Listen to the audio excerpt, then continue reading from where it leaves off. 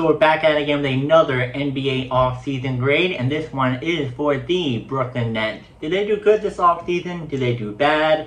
Are they going to be a playoff team coming up or not?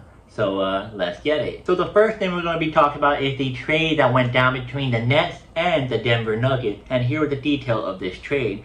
So Michael Porter Jr. From Denver was traded to the Brooklyn Nets as the Denver Nuggets received Cameron Johnson.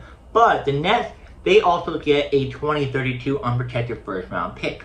So Denver just get Cameron Johnson and that's it. And the Nets, they get Michael Porter Jr. and a unprotected 2032 first round pick. So why did the Nets do this trade? So secure a high upside scoring wing, a valuable future draft capital. Johnson was younger, but less explosive. While Porter fits with Brooklyn's rebuild, the deal earned the Nets praise for long-term alignment. So, as I say, my thought is that this is pretty silly for the Nets to do.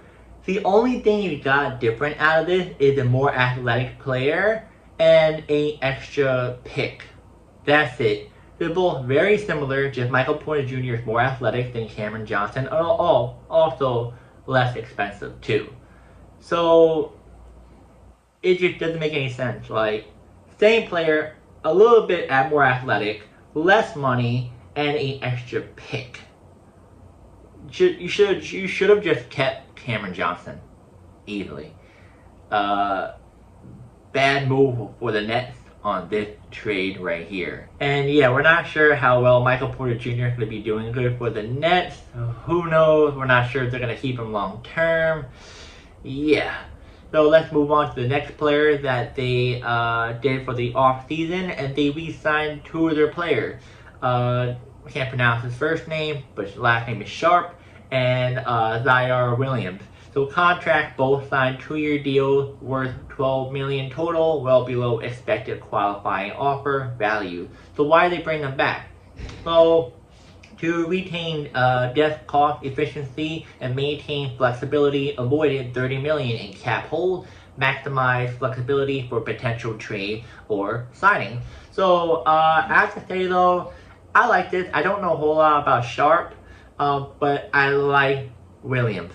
Zaire Williams is really good, love his defense, shoots the three pretty good. Offense is pretty a little deadly, I would say. But I like to see Zaire Williams have more of a bigger role for this lineup.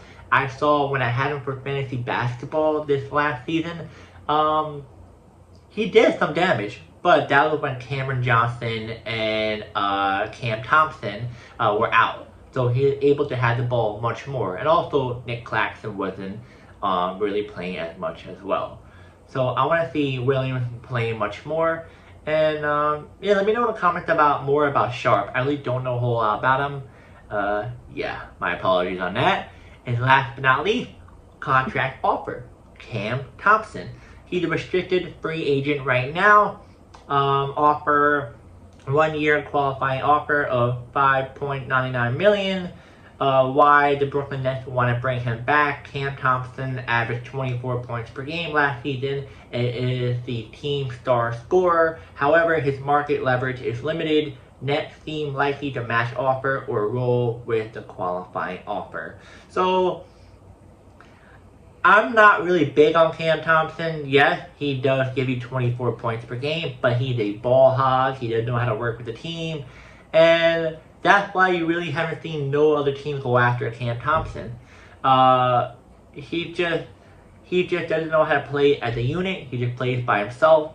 Yes, he's a good scorer when it comes to three-point line, getting bucket, free throw percentage and all, but he just doesn't know how to work as a team.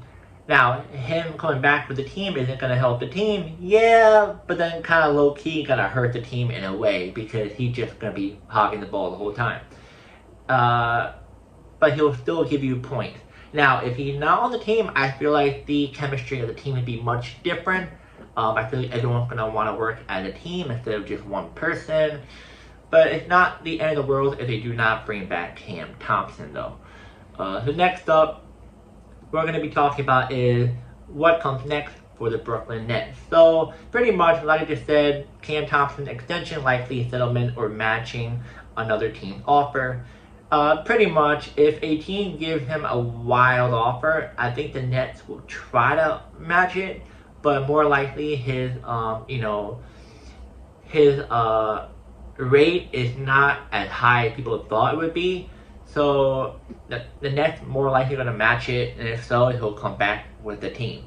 Potential trade, veteran like Nick Claxton, Oliver, Prosper could be moved for more picks or cap relief. So this is like really kind of like up in the air right now, because not a lot of teams are in need of bigs right now. And during that one point in time this past season, there was a couple of teams in need for bigs.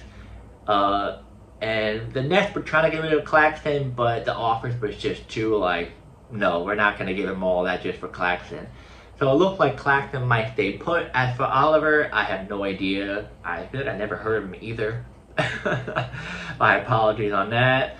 But I feel like the Nets are pretty solid when it comes to not doing anything else after what they just did in the offseason.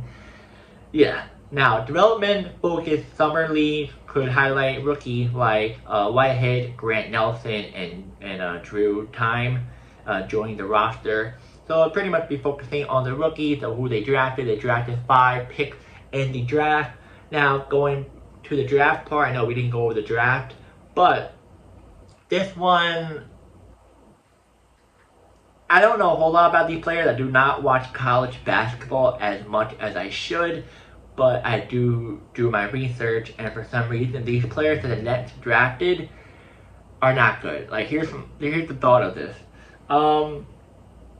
It's bad.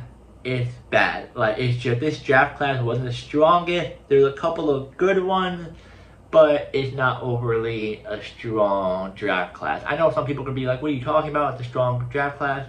To be honest, no. Because if that was the case, they had 5 picks in the first round. They could have gotten someone really good. But who knows? Who knows? It's too early to see if they're going to do really well in the NBA. But as you guys know, the Brooklyn Nets are not good at drafting. I don't even know when the last player that they had stayed with the team long term and was really good. I have no idea. But yeah, we just gotta wait and see what happens next with the team.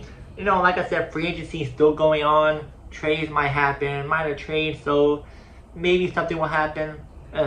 Who knows? So now, why these moves? So rebuilding through assets with 5 first-round picks. The Nets are stockpiling future value, not chasing immediate win, which they should have been doing instead of getting rid of Jared Allen, Karis LeVert, and also D'Lo. They should have kept on slowly rebuilding instead of going after KD, Kyrie, and Harden. As you know, you can't work with 3 ball-dominant players on a team, and you saw what happened with that squad. Next up, we got retaining flexibility by signing Sharp, Williams at a below-market rate, and using the qualifying offer for Thomas. Brooklyn holds a good amount of room to absorb contracts or trade pieces. And last but not least, avoiding mistakes rather than gambling on free agents. The organization maintains control and minimize risk. Which, well, let's see about that. But here's my thought on this. Before we get to my thought, I'm going to grade this. I'm going to grade the Brooklyn Nets. I know I said the Boston Celtics a E, but the Nets are an F. It's like me staring at a blank piece of paper and there's nothing on it. That's how I feel about the Brooklyn Nets offseason. Even in general. Just every time I see them try to do a move, it just doesn't make any sense, and it looks like I'm just staring at a wall. Like, stare at a wall. So, it just doesn't make any sense why the Nets didn't even do more than this. I get it. It's kind of tied right now. You have to start rebuilding. It's pretty much their fault that it has to be this way. But they had to have an F. Draft was pretty bad. Re-signing players, okay, but it still doesn't make up the grade. And then you bring in Michael Porter Jr., which is just like replacing the same player. It just doesn't make any sense.